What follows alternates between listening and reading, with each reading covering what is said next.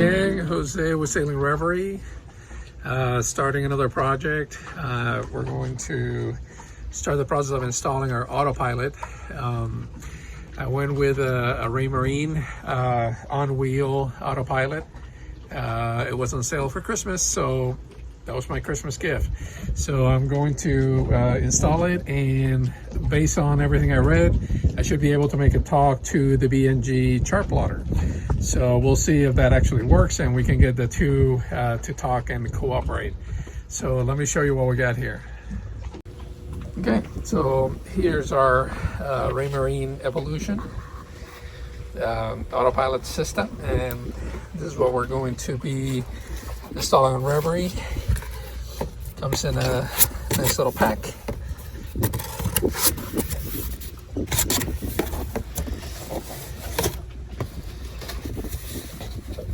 It has the autopilot, the P70 autopilot control head, and I actually got a pod to install that next to the wheel. The control actuator unit. Big pack of cables. Here we have the sensor core, and this big box is our wheel motor that we're going to be installing. So let me take this out of the box, get the manual, and start checking it out. So this is packaging. Has instructions, the wheel drive, and below here and below that we have all of the mounting brackets, additional cable. I guess this is the brake that keeps the motor, provides the anchor for the motor for the autopilot so it doesn't just spins around. They give you the drill bit so you have the right size, the Allen wrench, and I guess all the screws. So let's see how we get it all together.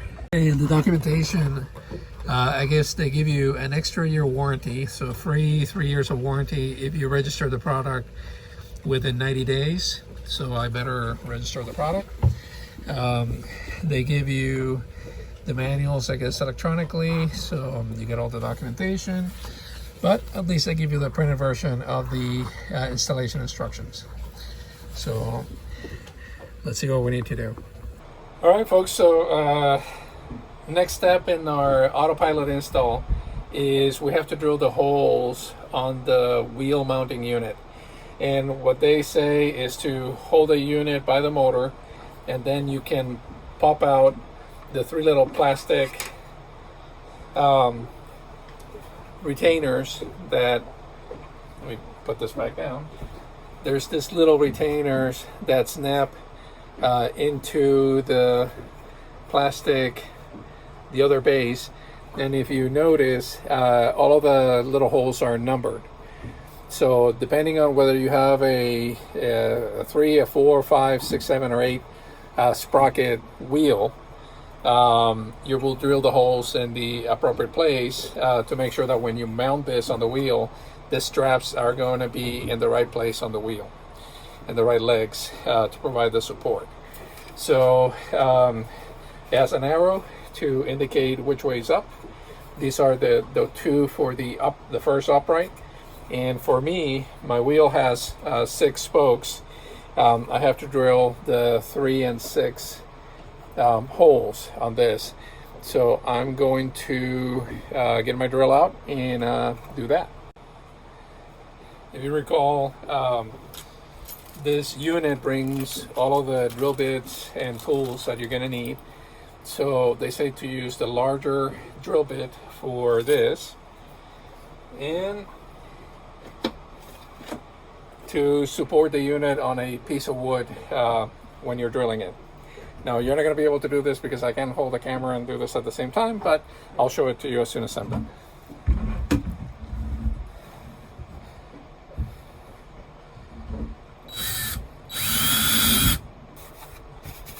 All right. So the reason they tell you to use wood is so you have a nice clean hole on the opposite side. Since you're drilling from the inside coming out, the wood helps give you a smooth hole on the outer side. So now we have all of our holes, and we're going to continue with the next step on the installation. All right, next step is, you notice there's an arrow on the ring. That arrow has to match the arrow on the outside cover. So we're going to snap this back together, and the best way to do it is to look through the holes, and you'll see the two screws line up, and then you're going to press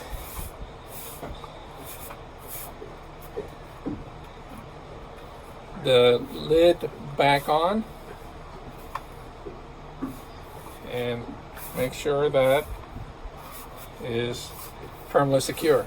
If you did the job right, you're going to have the matching screws showing through the ring, and now we're ready to set the ring up. All right, for the next step, we have to remove the wheel from the boat. All right, now you want to make sure you mark your position on the wheel where the wheel's got the rudder is going to be in the straight position. And then to remove the wheel, you just take that wheel nut out. Now there's a cutter key. You're going to see the little recess right there. Lower this. So when you remove the wheel, be careful you don't lose that. I need to put the camera down so I can use both hands. Okay, so we take the wheel unit and lay it down facing up, and we take the wheel and we set it on top laying up, and we're going to put the rubber inserts, and we're going to put the clamps. The rubber inserts, there's two sizes that you can choose from. Make sure you choose the correct size or the closest to, and you're going to be the wheel is going to self-align. So as you start tightening the screws on the brackets, is going to align, and we can confirm that by measuring, and it should be about 5.3 inches from the center. So I'm going to start putting the screws on and tightening it up, and see how we end up. All right, so now the unit is mounted onto the wheel. I took measurements from several sides just to make sure that it's center, but the unit pretty much will self-center itself as you tighten the screws. So now we're ready for our next step. Okay, so we remounted the wheel, and we have to now find the spot where the motor is going to go. Now, if you see, for my setup, I have a pedestal, and it fits nicely if I put the motor to the side. Now from the back side, we need to anchor, so we need to use this part to basically screw it into the pedestal, and it's going to go through this hole right there, and that's what's going to hold the motor into position. So when the motor runs, this is anchored, and then the outer portion the outer portion of the autopilot is what's going to be spinning around, basically moving your wheel. So we need to find the right place. So we have to measure, put the part in place and measure to the very edge of the autopilot, and then add 0.4 of an inch, which will bring it in here. Once we have that measure, we have to cut it, and we need to anchor it in a straight line with our shaft here, and then we have to test it to make sure it doesn't catch when you spin the wheel around. So if your wheel is warped or wobbly, you may have to make adjustments to allow for that. So let me get measuring. All right, so I got the stopper mounted, and as you can see, it's in a straight line with the shaft for the wheel and the bolt that's holding the cables below. So it gave me kind of a 3 points of reference to, or 2 points of reference to line everything up and mount it. All right, so we are all set.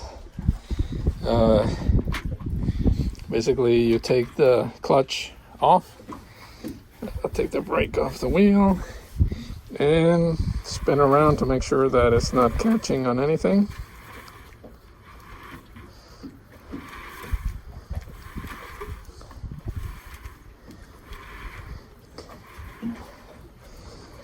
So I can turn the wheel completely to both sides. And back to center. All right, gang, so that's going to be it for today. It's getting dark, sun's setting. Wind has died down quite a bit from this morning, but I got probably the hardest part of the installation of the autopilot completed, so that's great. So I'm going to try to come back tomorrow or the next day to finish installing the brains and the power for the unit, and I also have to mount the pod for the controller. So you know, I'll be back in a couple of days to finish up. Hey gang, so I'm here in Reverie. It's now March 2nd. From the time that I started with installation of the autopilot, and basically I learned quite a bit yesterday as we were doing the connection. So I'm going to walk you through what we did and I'll show you the final product. So I'm in the process of wiring in the compass into the NMEA network. As you know, Raymarine uses SeaTalk, but when we talked to Raymarine, they said you can go straight from SeaTalk, which is the white end, to NMEA 2000. And we also wired everything right into our NMEA 2000 backbone. So let me hook up our compass, and I'll walk you through our final setup up on the back of the boat. All right, so they recommend that you put your compass low on the boat, and that is to keep movement on the compass to a minimum. So I install the base, and now I'm going to hook up our conversion from SeaTalk to NMEA 2000. Now this is an EV1 compass. On the EV2, you have a direct port for NMEA 2000, so you can go NMEA to NMEA. But since this is an EV1, I have to use the special cable, and my understanding is that I unscrew this and slide it in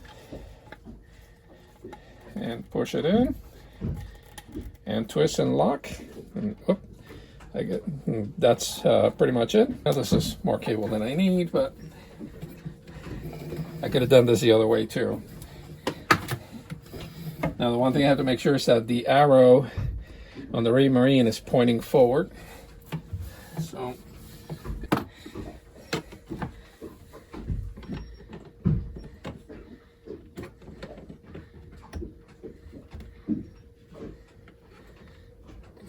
lock it in place. Now the compass is secure. All right, and now it's hooked up to our backbone. And this I'll secure against the bulkhead and tidy up the wires as I had before. But I don't want to bore you with that, so let me show you the rest of the installation. One thing we did is we installed a Seaview pod to hold our Raymarine P70 head. And this is what's going to control our autopilot. So we had to drill a hole in the pedestal steel to drop the wire from here, which is the NMEA 2000, and connect that to the backbone. Now down at the motor, we also had to drill a hole here to feed the wire that powers the motor for the autopilot.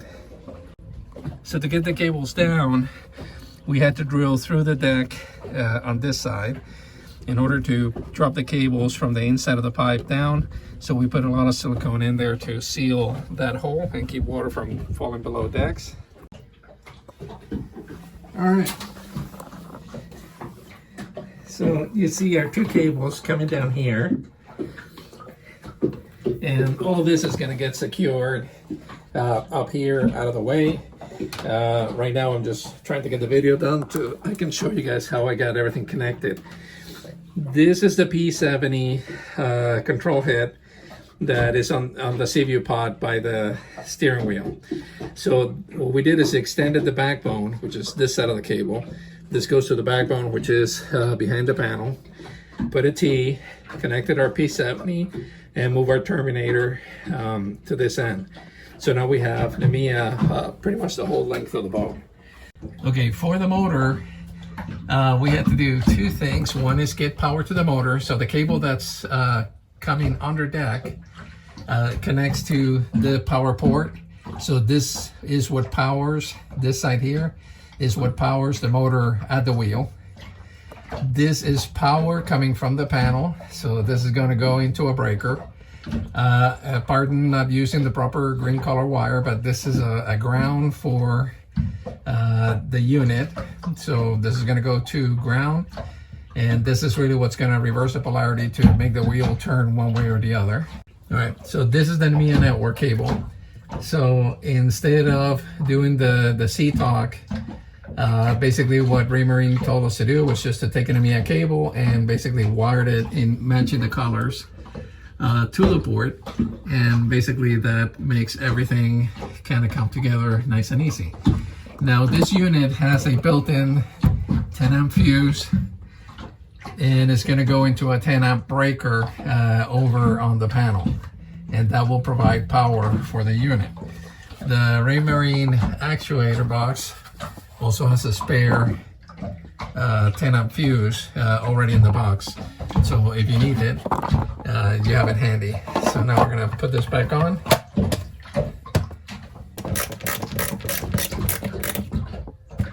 Alright, so other than me coming back into this hole to secure the wire and get all this kind of organized properly, which I'll do later. I don't need to bore you with that on the video. Alright, here goes the test. This is our autopilot breaker. I have to get a label for that, but let's flip this on. Okay. This calibration required. Okay. We want English US.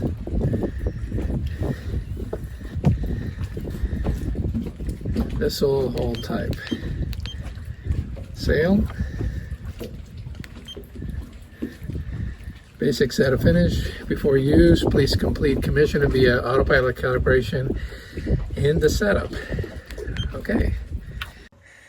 So to finish the calibration, I have to get our wind vane working again. And our B&G wireless, right here, this is our WS 320 wireless anemometer.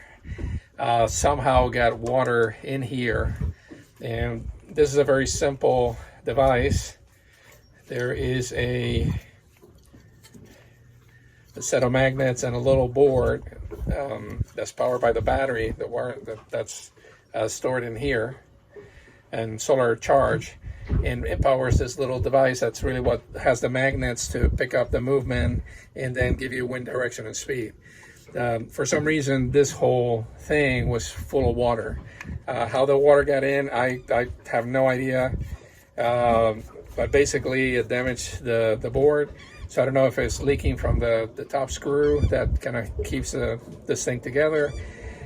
In either case, you know, it flooded the whole thing and it stopped working. So I wrote to B&G to see if we can get this thing repaired or replaced. So I'm waiting to hear back from them. So that's it for this video. I'll do another video because now everything is connected to our backbone, our NMEA 2000 backbone. So our B&G equipment is interacting with our autopilot which is Raymarine, and everything should talk to each other, or so I hope. And I did a short test just to see if it was detecting the equipment, and it did. So I know that this is working properly. But that's for another video. I'll go through setups and how to make everything talk to each other and make it work efficiently. So with that, folks, thank you so much for watching. If you like our videos, please subscribe to our channel. And there's other videos about all our refit that we've done on Reverie, everything from our Victron solar system, our solar panels, our batteries bank, our fiberglass work, pretty much everything we've done to Reverie is recorded. Hopefully you'll find some good information there to help you with your project. So with that, I'll see you in the next episode.